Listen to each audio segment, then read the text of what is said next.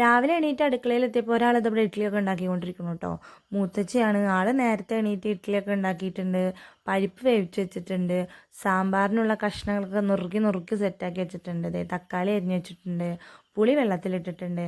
ഞാനിതൊക്കെ ഒന്ന് വന്ന് കണ്ടു ബോധിച്ച് ഒരു ഗ്ലാസ് ചായ എടുത്ത് കുടിക്കുകയാണ് കേട്ടോ. ഇന്ന് ഞാൻ എണീക്കാൻ നേരം വൈകി. സോ അതാണ് ഇങ്ങനെയൊക്കെ. എന്തായാലും നമുക്ക് സാമ്പാറിൻ്റെ ബാക്കി പരിപാടികൾ നോക്കാം. പരിപ്പ് ഒന്നും കൂടെ വേവാണ്ടായിരുന്നു. അപ്പം ഞാൻ വിചാരിച്ചു ഇനി പച്ചക്കറിയും കൂടെ ഇട്ടിട്ട് ഒന്നും കൂടെ വേവിക്കാമെന്ന് കേട്ടോ. അപ്പോൾ അതേ താത്ത കരിഞ്ഞ് വെച്ചിട്ടുള്ള പച്ചക്കറി ഞാൻ വലിയ കാര്യത്തിലെടുത്തിടുന്നുണ്ട്. ഇങ്ങനെ ഇടുമ്പോൾ നിങ്ങൾ വിചാരിക്കും ഞാനാണ് ഇതൊക്കെ അരിഞ്ഞതെന്ന്. അല്ല. അപ്പോൾ എന്തായാലും നമുക്ക് താത്ത എല്ലാ പച്ചക്കറികളും അരിഞ്ഞ് കൂട്ടിയിട്ടുണ്ട് കേട്ടോ. അപ്പോൾ എല്ലാം കൂടെ ഇട്ടിട്ട് സാമ്പാർ വെക്കുമ്പോൾ നല്ല ടേസ്റ്റ് ആയിരിക്കും. അപ്പോൾ പരിപ്പ് വെച്ചതിൽ സാമ്പാർ കഷ്ണങ്ങളൊക്കെ ചേർത്തിട്ട് ആവശ്യത്തിനുള്ള ഉപ്പിട്ട് കൊടുക്കുക. ഇത് വേവാനുള്ള വെള്ളം ഒഴിച്ച് കൊടുക്കുക. പിന്നെ ഇതിൽ കുറച്ച് മഞ്ഞൾപ്പൊടിയും കൂടെ ഇടാൻ മറക്കരുത് കേട്ടോ. ഈ ഒരു വീഡിയോയിലില്ലേ ഞാൻ നല്ലൊരു ടേസ്റ്റ് ആയിട്ടുള്ള സാമ്പാറിൻ്റെ റെസിപ്പി പറഞ്ഞുതരാവേ. അപ്പോൾ അതാണ് ഇപ്പോൾ നമ്മൾ പകുതി ചെയ്ത് വെച്ചിട്ടുള്ളത്. ഇനി നമ്മൾ ഇഡ്ഡലി വേവിക്കുന്ന തട്ടെടുത്ത് ഇപ്പുറത്തേക്ക് വെച്ചിട്ട് ഈ ഇൻഡക്ഷൻ കുക്കറിലേക്ക് സാമ്പാർ വേവിക്കാൻ വേണ്ടി വെക്കാം. നമ്മുടെ ഇഡ്ഡലി നന്നായിട്ട് വെന്തിട്ടുണ്ട് കേട്ടോ. അപ്പോൾ ഇനി കുറച്ച് വെള്ളം ഇങ്ങനെ മേലെ ഒഴിച്ചു കൊടുത്തിട്ടും എടുക്കാം, അല്ലെങ്കിൽ കുറച്ച് നേരം തണുക്കാൻ വെച്ചാലും കിട്ടും. എന്തായാലും ഞാൻ പെട്ടെന്ന് എടുക്കാൻ വേണ്ടിയിട്ട് വെള്ളമൊക്കെ ഒഴിച്ചിട്ട് ഇതേ പെട്ടെന്ന് എടുക്കുന്നുണ്ട് കേട്ടോ. അപ്പോൾ ഇന്ന് നമുക്ക് രാവിലെ കഴിക്കാൻ എന്താണെന്ന് നിങ്ങൾക്ക് മനസ്സിലായിട്ടുണ്ടാവും. ഇഡ്ഡലിയും സാമ്പാറും ആണ്. ഇതിൻ്റെ ഇടയിൽ നിന്ന് മൂത്തച്ചി അങ്ങോട്ടോ മുങ്ങിയിട്ടുണ്ടായിരുന്നു കേട്ടോ. തിരിച്ചു വന്നപ്പോൾ ആളുടെ കയ്യിലൊരു പാത്രം ബിരിയാണിയൊക്കെ ഉണ്ടായിരുന്നു. ഇത് എവിടുന്നാ എന്താണെന്നൊക്കെ പറഞ്ഞാലിപ്പം നമ്മുടെ ഫാദറിൻ്റെ സിസ്റ്ററിൻ്റെ വീട്ടിൽ നിന്ന് എത്തിയതാണ്. ബാക്കി ഡീറ്റെയിൽസ് ഒന്നും എനിക്കറിയില്ല. അപ്പോൾ നമ്മൾ ഇഡ്ഡലിയിലോട്ട് തിരിച്ചു വരാം. കഴിഞ്ഞ വീഡിയോയിൽ ഞാൻ കമൻറ്റ് കണ്ടിട്ടുണ്ടായിരുന്നു കേട്ടോ, എന്താ എല്ലാവരും ഇപ്പോൾ നിങ്ങളുടെ വീട്ടിൽ എന്നൊക്കെ ചോദിച്ചിട്ടുണ്ടായിരുന്നു. അപ്പം മൂത്തച്ഛൻ്റെ വീട്ടിലില്ലേ ടൈല് പണി നടന്നുകൊണ്ടിരിക്കുകയാണ്. അപ്പം 2 മൂത്തച്ഛികളുണ്ട്. 2 പേരുടെ വീട്ടിലും ടൈല് പണി നടക്കുകയാണ്. അതുകൊണ്ട് ഒരു ഫാമിലി നമ്മുടെ വീട്ടിലാണ് കേട്ടോ. ഒരു ഫാമിലി അഡ്ജസ്റ്റ് ചെയ്തിട്ട് അവരിങ്ങനെ അവിടെ തന്നെയാണ് നിൽക്കുന്നത്. അപ്പം അതുകൊണ്ടാണ് എല്ലാവരും ഇവിടെ, അല്ലാതെ വേറെ പ്രത്യേകിച്ചൊന്നുമില്ല. അപ്പോൾ ഇനി വീട് പണിയല്ല ടൈല് പണിയൊക്കെ കഴിഞ്ഞ് അവിടെ പെയിൻറ്റിങ്ങൊക്കെ കഴിഞ്ഞിട്ട് അവർ മാറുള്ളൂ. അപ്പോൾ അതുവരെ നമ്മുടെ കൂടെ തന്നെ ഉണ്ടായിരിക്കും. പിന്നെ ഒരു കാര്യം പറയാനുള്ളതെന്ന് വെച്ചാൽ ഞാൻ എൻ്റെ സ്റ്റിച്ചിങ് ക്ലാസ്സിനെ കുറിച്ച് ആരോ ചോദിച്ചിട്ടുണ്ടായിരുന്നു. ഞാൻ അതിൻ്റെ ഇടയ്ക്ക് വലിയ കാര്യമായിട്ട് സ്റ്റിച്ചിങ് ക്ലാസ്സിനൊക്കെ പോയി ചേർന്നിട്ടുണ്ടായിരുന്നു കേട്ടോ. സ്റ്റിച്ചിങ് ക്ലാസ് പറയുമ്പോൾ ഫാഷൻ ഡിസൈനിങ്ങിൻ്റെ 3 മാസത്തെ കോഴ്സ് ഉണ്ടായിരുന്നു. അതിനാണ് ഞാൻ ചേർന്നിട്ടുണ്ടായിരുന്നത്. അപ്പം അതിന് ചേർന്നിട്ട് എന്തുണ്ടായെന്ന് ചോദിച്ചാലില്ലേ, അവിടെ എനിക്ക് ഐസൂന് ഇടയ്ക്കിടയ്ക്ക് ജലദോഷം, പനി, ചുമ, കഫക്കെട്ട് അങ്ങനത്തെ സാധനങ്ങൾ വരുന്നുണ്ട്. കണ്ടിന്യൂസ്ലി ക്ലാസ്സിന് പോകാനുള്ളൊരു അറ്റ്മോസ്ഫിയർ ഉണ്ടായില്ല. അതുകൊണ്ടാണ് ഞാനത് അവിടെ ഇട്ടത്. വെറുതെ പൈസ കൊണ്ടേ കളയണ്ടല്ലോ എന്ന് കരുതി.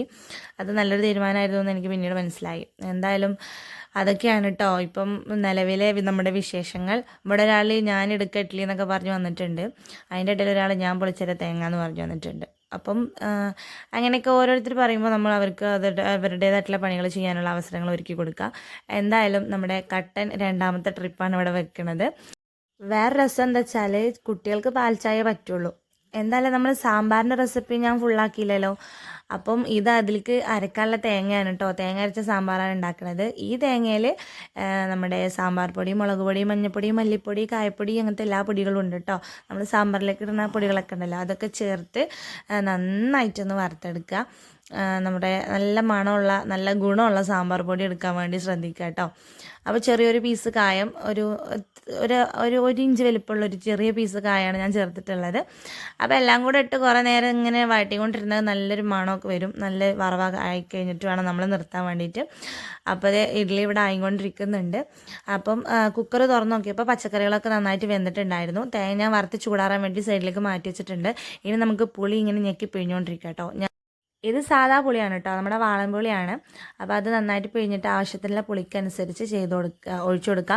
ഞാനിപ്പം ഉച്ചക്കും രാവിലേക്കും ഉള്ള സാമ്പാറാണ് റെഡിയാക്കുന്നത്. അതാണ് ഇത്രയും വലിയ കുക്കറൊക്കെ എടുത്തിട്ടുള്ളത്. എന്തായാലും തേങ്ങ അരച്ചിട്ട് അതും കൂടെ ചേർത്ത് കൊടുക്കുക. പുളി ഒഴിച്ചിട്ട് തിളച്ചിട്ട് വേണം തേങ്ങ അരച്ചത് ഒഴിക്കാൻ വേണ്ടിയിട്ട്. എന്നിട്ട് നന്നായിട്ട് മിക്സ് ചെയ്ത് കൊടുക്കുക. പിന്നെ നമുക്ക് തിളക്കേണ്ട ആവശ്യമൊന്നുമില്ല. ജസ്റ്റ് അവിടെ ഇവിടെയൊക്കെ ബബിൾസ് വരുമ്പോൾ നമുക്ക് നന്നായിട്ട് ഇളക്കി കൊടുത്തിട്ട് സാമ്പാർ ഇറക്കി വെക്കാം കേട്ടോ. ഇത് നമ്മൾ വേറൊരു ചട്ടിയല്ല, നമ്മൾ നേരത്തെ തേങ്ങ വറുത്ത അതേ ചട്ടിയാണ്. അതിലേക്ക് കുറച്ച് വെളിച്ചെണ്ണ ഒഴിച്ചു കൊടുക്കാം. അപ്പോൾ നമ്മൾ ബാക്കിയുള്ള വെളിച്ചെണ്ണ പെട്ടെന്ന് തന്നെ കുപ്പിയിലൊക്കെ ആക്കി മാറ്റി വെച്ചിട്ടുണ്ടായിരുന്നു. അതിലേക്ക് നമ്മുടെ എണ്ണ ചൂടായപ്പോൾ കുറച്ച് കറിവേപ്പിലൊക്കെ ചേർത്ത് പൊട്ടിക്കുക. പിന്നെ കുറച്ച് സാമ്പാർ പൊടിയും കൂടെ ഇട്ട് കൊടുക്കുക. ഇതിൽ ആവശ്യമുണ്ടെങ്കിൽ നമുക്ക് നമ്മുടെ ഉണക്കമുളകൊക്കെ ചേർക്കാം കേട്ടോ. അപ്പോൾ അതൊന്നും ഞാനിപ്പോൾ കൈൻ്റെ അടുത്ത് കിട്ടിയില്ല, അപ്പോൾ ഇട്ടിട്ടില്ല. എന്തായാലും ഇതൊന്ന് ചൂടാക്കിയിട്ട് സാമ്പാറിലേക്ക് ചേർത്ത് കൊടുത്താൽ ഒന്നുകൂടെ സാമ്പാർ പൊടിയുടെ ഒരു മണമൊക്കെ വരും, നല്ല ടേസ്റ്റി ആയിരിക്കും. അപ്പോൾ നല്ല രസമാണ് കേട്ടോ ഈ സാമ്പാർ. അപ്പോൾ ഇതാ എല്ലാവരും ചായ കുടിക്കാനായിട്ട് റെഡി ആയിട്ടുണ്ട്. വരുന്നവർ കഴിക്കുന്നുണ്ട് കേട്ടോ. ഇവിടെ കഷ്ണങ്ങളൊക്കെ അരിഞ്ഞു കൂട്ടിയിട്ട് എന്തുണ്ടായി നിങ്ങൾ കണ്ടില്ലേ, ചാറ് മാത്രം കോരി ഒഴിച്ചിട്ടാണ് ഇവരൊക്കെ തിന്നുള്ളൂ, ബാക്കി കഷ്ണങ്ങളൊക്കെ ഞങ്ങൾ തിന്നണം. ഇപ്പോൾ ഇന്ന് സ്കൂളിലേക്ക് ആക്കി കൊടുക്കുന്നത് വഴുതനങ്ങ ഫ്രൈ ആണ് കേട്ടോ. അപ്പോൾ വട്ടത്തിലരിഞ്ഞിട്ട് മുളകും ഉപ്പും മഞ്ഞളൊക്കെ തേച്ച് പിടിപ്പിച്ചിട്ട് താത്ത നിന്ന് വറുത്തോണ്ടിരിക്കുന്നുണ്ട്. ജസ്റ്റ് ഒന്ന് പുറത്തേക്ക് ഇറങ്ങിയ പറശാക്കുന്നത് വീടിൻ്റെ മണ്ടക്ക് കയറിക്കുന്നുണ്ട് കേട്ടോ. അവിടെ സൺസൈഡിലൊക്കെ കുട്ടികൾ ചകിരി വാരി എറിഞ്ഞിട്ടുണ്ട്, അത് അടിക്കുവാണ്. പിന്നെ ഇന്ന് പണിക്കാരൊക്കെ ഉണ്ട്, അപ്പോൾ നമുക്ക് അവർക്ക് ഇന്ന് ഉച്ചക്ക് ഫുഡൊക്കെ കൊടുക്കാമെന്ന് കരുതിയിട്ട് പുറത്തൊരു കുക്കിങ്ങിനുള്ള സെറ്റപ്പൊക്കെ സെറ്റാക്കി നമ്മുടെ നെയ്ച്ചോറും ചിക്കൻ കറിയൊക്കെ പുറത്ത് വെക്കാമെന്ന് കരുതി കേട്ടോ. നല്ല കാറ്റുണ്ടായിരുന്നു. പിന്നെ ഇവിടെ തണലായതുകൊണ്ട് പുറത്തുനിന്ന് കുക്ക് ചെയ്യാനായിട്ട് നല്ല സുഖമാണ് കേട്ടോ. നമ്മുടെ മൂത്തച്ഛൻ്റെ വീടിൻ്റെയും നമ്മുടെ വീടിൻ്റെയും സെൻറ്ററിലെ നടുക്കായിട്ട് കുറച്ച് ഗ്യാപ്പ് ഉണ്ടല്ലോ, അവിടെ കേട്ടോ നമ്മൾ ഈ അടുപ്പ് സെറ്റ് ചെയ്തിട്ടുള്ളത്. അപ്പം ചെറിയ രീതിക്കുള്ള റെസിപ്പിയാണ് നമ്മുടെ. എല്ലാ ഇൻഗ്രീഡിയൻസ് ഒന്നും ഈ നെയ്ച്ചോറിലില്ല, സോ അതിൻ്റേതായിട്ടുള്ള ഒരു ഭംഗിക്കുറവുണ്ട്. പക്ഷേ ടേസ്റ്റിന് ഒരു കുറവില്ല, ரொம்ப ടേസ്റ്റാണ്. നമ്മുടെ കുട്ടനെ ഞാൻ കുറച്ച് തക്കാളി ഉള്ളി പച്ചമുളകൊക്കെ കൊടുത്തിട്ട്, പച്ചമുളക് ഇല്ലായിരുന്നു, ബാക്കിയുള്ള ഐറ്റംസൊക്കെ കൊടുത്ത് അടുക്കളയിൽ തന്നെ ഇങ്ങനെ അടച്ചിടാറാണ് പതിവ്. അവൻ എന്തെങ്കിലുമൊക്കെ ആയിട്ട് ഇങ്ങനെ കളിക്കും. അപ്പം കുക്കിങ്ങിനുള്ള ഇൻഗ്രീഡിയൻസ് ഒക്കെ സെറ്റ് ചെയ്ത് തന്നത് മൂത്തച്ചിയാണ്. ബാക്കി കുക്കിംഗ് ഞാനാണ് ചെയ്തത്. താത്ത എല്ലാം അരിഞ്ഞ് സെറ്റ് ചെയ്ത് തന്നു കേട്ടോ. അപ്പം നമ്മുടെ നെയ്ച്ചോറിനുള്ള വെള്ളമൊക്കെ തിളച്ച് വന്നിട്ടുണ്ട്. അതിലേക്ക് ഇട്ട സാധനങ്ങളൊക്കെ നിങ്ങൾക്ക് മനസ്സിലായിട്ടുണ്ടാവുമെന്ന് കരുതുന്നു. അപ്പോൾ ഇത് ഏതാണ്ടൊക്കെ ആയിട്ടുണ്ട്. ഇനിയിപ്പോൾ ഇത് വെന്താൽ മതി കേട്ടോ. ജീരകശാല റൈസ് അല്ലാത്തതുകൊണ്ട് ഒരു സ്മെല്ല് കുറവുണ്ട്, എന്നാലും കുഴപ്പമില്ല, അഡ്ജസ്റ്റ് ചെയ്യാം. അങ്ങനെ ഞാനും താത്തയും കൂടെ മല്ലിക്കെട്ടിയിട്ട് നെയ്ച്ചോറൊക്കെ അടച്ചു വെച്ച് സെറ്റാക്കിയിട്ട് ഒരു ഭാഗത്തേക്ക് മാറ്റിയിട്ടുണ്ട്. അണ്ടിപ്പരിപ്പും മുന്തിരിയുടെയൊക്കെ ഒരു കുറവുണ്ട്, എന്നാലും കുഴപ്പമില്ല. അങ്ങനെ നമ്മൾ അത് ഇറക്കി വെച്ചു. പിന്നെ ചിക്കൻ കറി ഉണ്ടാക്കാനുള്ള തയ്യാറെടുപ്പ്, ചട്ടി വെച്ച് എണ്ണയൊക്കെ വെച്ച് നമ്മളെപ്പോഴത്തെയും ചിക്കൻ കറി റെസിപ്പി. പിന്നെ ഞാൻ ഓടിപ്പോയിട്ടില്ലാത്ത ഒരു കറിവേപ്പില ചെടിമെന്ന് കുറച്ച് കറിവേപ്പിലൊക്കെ പൊട്ടിച്ചു കൊടുന്നു കേട്ടോ. പിന്നെ അതൊക്കെ ഇട്ട് ഈ ചട്ടി ചൂടാകാൻ കുറച്ച് ടൈം എടുത്തു, എന്താ അറിയില്ല, ഭയങ്കര കാറ്റായതുകൊണ്ട് അങ്ങോട്ട് തീ അങ്ങോട്ട് ആളി കത്തിയില്ല. പിന്നെ അതൊക്കെ വാടി വന്നപ്പോൾ നമ്മുടെ ഇൻഗ്രീഡിയൻസ് ഓരോന്നോരോന്നായിട്ട് തട്ടിക്കൂട്ടി ഒക്കെ ഒന്ന് സെറ്റാക്കി. ഈ അടുപ്പിൽ വെച്ച ചിക്കൻ കറിക്കൊക്കെ നല്ല ടേസ്റ്റാണ്. പ്രത്യേകിച്ച് ഞാൻ ഉണ്ടാക്കുന്ന രീതിയിലുള്ള റെസിപ്പി, ഇത് ഉമ്മാൻ്റെ ഒരു റെസിപ്പി കോപ്പി അടിച്ചതാണ്. ഞാൻ എപ്പോഴും പറയുന്ന പോലെ തന്നെ ഉമ്മാൻ്റെ റെസിപ്പീസാണ് ഞാൻ ഏറ്റവും കൂടുതൽ ട്രൈ ചെയ്തിട്ടുള്ളത്. ഈ ചിക്കൻ കറിയൊക്കെ ഭയങ്കര ഇഷ്ടമാണ് കേട്ടോ. അപ്പം മസാലയൊക്കെ സെറ്റ് ചെയ്ത് വെള്ളം ഒഴിച്ച് തിളപ്പിച്ച് നമ്മൾ ചിക്കനൊക്കെ ചേർത്തു. എനിക്ക് ചിക്കൻ കറി ഉണ്ടാക്കുമ്പോൾ കുറേ വെള്ളം ഒഴിക്കണമെന്നും ഇഷ്ടമല്ല, പക്ഷെ ഇപ്പോൾ നമുക്ക് എല്ലാവർക്കും കൂടെ ഉള്ളതായതുകൊണ്ട് ഞാൻ കുറച്ചൊക്കെ വെള്ളം വാരിക്കോരി ഒഴിച്ചിട്ടുണ്ടായിരുന്നു. എന്നാൽ വല്ലാണ്ട് ഓവറാവാനും പാടില്ല കേട്ടോ, കാരണം നമുക്ക് പണിക്കാർക്കും കൂടിയും കൊടുക്കാനുള്ളതാണ്. അപ്പോൾ ഇന്ന് പണിക്കാരുടെ ലാസ്റ്റ് ഡേ ആണ് കേട്ടോ, ടൈലിടുന്ന ആൾക്കാരുടെ ലാസ്റ്റ് ഡേ ആണ്. അപ്പോൾ അവർക്ക് ലാസ്റ്റ് ആയതുകൊണ്ട് ഒന്ന് കുറച്ച് സ്പെഷ്യലാക്കാമെന്ന് കരുതിയിട്ടാണ് ഈ ഒരു പരിപാടിക്കൊക്കെ നിന്നത്.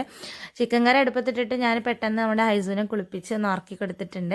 ഇനി ആൾ കുറച്ച് നേരം ഉറങ്ങും. ആ ഒരു ഉറക്കത്തിൻ്റെ സമയത്ത് നമുക്ക് ബാക്കിയുള്ള പരിപാടികളൊക്കെ ചെയ്യാമെന്നാണ് ഞാൻ കരുതുന്നത് കേട്ടോ. അപ്പോൾ എന്തായാലും ഓൻ ആ റൂമിലിട്ട് അടച്ചു പോയിട്ടുണ്ട്. അടച്ച് പുറത്തേക്ക് ഇറങ്ങിയപ്പോഴാണ് കേട്ടോ ഓനക്ക് ഇപ്പം സോനാപ്പപ്പൊടി കൊണ്ട് വന്നത്. ഞങ്ങളിതിന് സോൻപപ്പടി എന്നൊക്കെ പറയും.